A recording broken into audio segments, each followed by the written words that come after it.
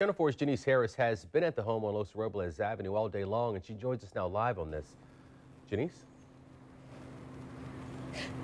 According to the St. Johns County Sheriff's Office, this is the home where that man was found with a gunshot wound. But one of the questions is, where is the gun? They have not been able to find the gun that would be connected with this particular incident that they've been investigating all morning long. Had a chance to talk with neighbors. One neighbor told me she is now afraid to leave her home.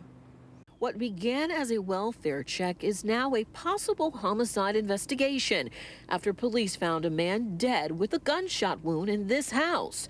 No gun has been found. Tina grew up in this neighborhood, and she says it's changing. It's scary. It's very scary, especially after the accident I witnessed last night. You know, it's tragic. You know, you're scared to leave your own home. You know, and to feel like you're trapped in your house is not a good thing. You know, it's scary. In a bizarre twist, another man, Stephen Kennard, who lived in the same house, died during a separate car crash just a few hours earlier. Now deputies want a car involved in that crash as possible evidence. We now have an interest in at least one of those vehicles with Mr. Kennard to see if there's any connections between the two cases as we stand here today. We don't have those connections yet, but obviously at this point in time, there's some likelihoods that we want to explore.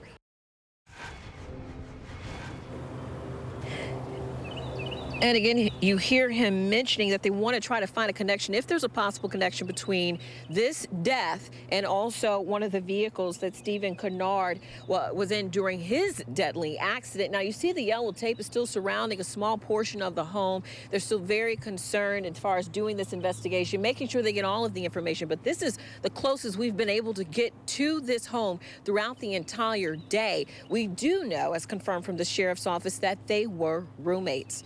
Live in St. Johns County, Janice Harris, Channel 4, the local station. 15 people hostage back in December. The hostages, including 7 who work at the credit union, were escorted to safety by SWAT when they used battering rams to end the standoff. Fortunately, there were no injuries. Police arrested 23-year-old Nicholas Humphrey, who they say threatened to kill hostages. He's pleaded not guilty to charges of armed robbery, kidnapping, and auto theft, and remains in jail. Channel 4's Janice Harris is joining us with the breaking details. Janice? And this video, absolutely unbelievable, every second by second. Let's take a look at 9:01, 16 a.m. You see everyone walking in. You see Nicholas Humphrey right here. He had a construction hat in his hand. You see him walk out, and then you see him come back in with that dog we reported on back on December 1st. Then you see him inside, 9:05, 30 seconds and counting, with the gun right there in his hand. You see him aiming it up in the air, 9:05:38, and it continues on this way for at least the next couple of minutes. You then see him in this bottom corner, still with the gun in his hand, with an employee standing next to him. The time, 9:09:27 a.m. That continues on. You continue to see this interaction between employees, customers. Joining us with a closer look at that video, which is so frightening, Janice. Joy, Tarek, yes, very frightening indeed as you watch every second of this from the moment that Nicholas Humphrey walks into the door and leaves. Right here, you see 2 hostages that just left, got out. This is when you see Nicholas Humphrey actually surrendering. He throws his gun to the ground, puts his hands up in the air. Eventually, he then gets on the ground, lays on the ground, and just a couple of moments after that, you're going to see SWAT come into the video. You see it right there. You see them coming in. They're going to walk into the door, and they're going to surround Nicholas Humphrey. They come in from every entrance possible. It is unbelievable video, very compelling, and when you see it, it's just astonishing. Coming up tonight at 6, we're going to have even more video and talk about what's coming up next in the court case for Nicholas Humphrey. Back to you, Tarek. All right, thanks, Janice. Hostages. Channel 4's Janice Harris is joining us with more of this just-released surveillance video. Janice. Mary, Tom, unbelievable, heart-stopping, breathtaking video. You see him right here, and I'm not sure if you can see the timestamp or not, but I will tell you it's at about 9:05:38 seconds in the morning. You see him, Nicholas Humphrey, right here pointing the gun, closing the door, some people running out. Now, in this particular time, he's making a man go to the door and he's making him lock the door of that credit union. You see it right there, still holding the gun right here in his hand with the dog that he brought into that credit union. And you see this happening as they're going back and forth. But I want to also show you another video because it's just so unbelievable to see all of this. At one point, he goes outside. They're going back and forth with each other. And then you'll see him in a moment come back in. But again, still pointing that gun. He comes back into the credit union and then makes him walk off. And then you're going to see at another point, they start to file people in. He then makes all of the hostages walk into an area. Now, the area that they're walking into is going to be off to the right side of that video. And you see it right there. He's making all of those hostages walk into this one room in the upper right-hand corner of the screen.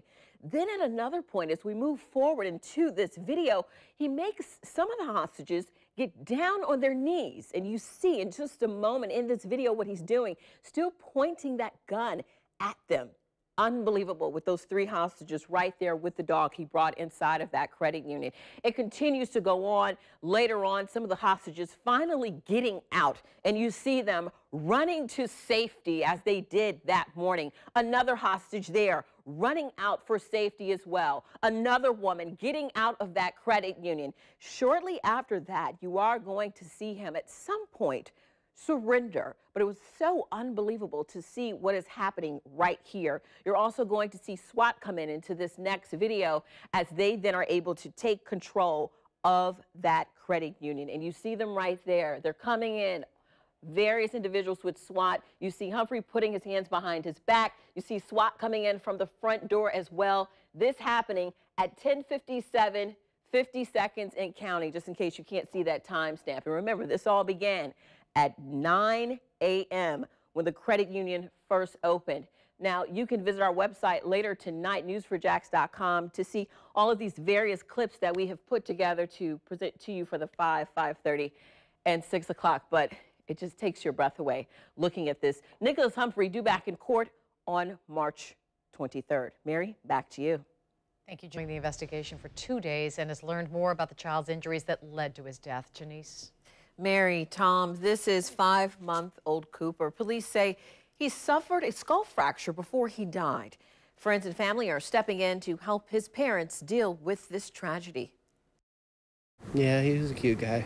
Just smiled a lot. Happy 5-month baby Cooper's life was just beginning when it was cut short. A family friend, Jonathan Doherty, says Cooper's parents are devastated by the loss of their only child. She hasn't slept, and right now they're just, they're having husband and wife time, just, grieving together. Police say Cooper's babysitter, 65-year-old Barbara Kendrick, was also a relative. Cooper was found not breathing at Kendrick's house Tuesday night. He died Wednesday. Doherty is trying to help ease that pain. What we're trying to do is just relieve that burden so they can focus on grieving for their baby. By creating a GoFundMe page for Cooper's parents, who will soon have to bury their son. Right now, they just ask for time to grieve and for prayers. In addition to the police investigation, the Department of Children and Family Services is investigating what led up to Cooper's death. Now, according to Kendrick's arrest report, officers found her performing CPR on Cooper when he stopped breathing. If you would like to donate, you can go to Cooper's story on news4jax.com, but a very, very devastating story. It's just terrible. Janice, Kendrick was in court Tuesday for the aggravated child abuse charge. What happens now, though, that the charges have been upgraded to murder? Well, we've been checking and trying to get that answer and find out when she would be back in court. She will be back in court on that murder charge Friday, tomorrow. Janice, thank you.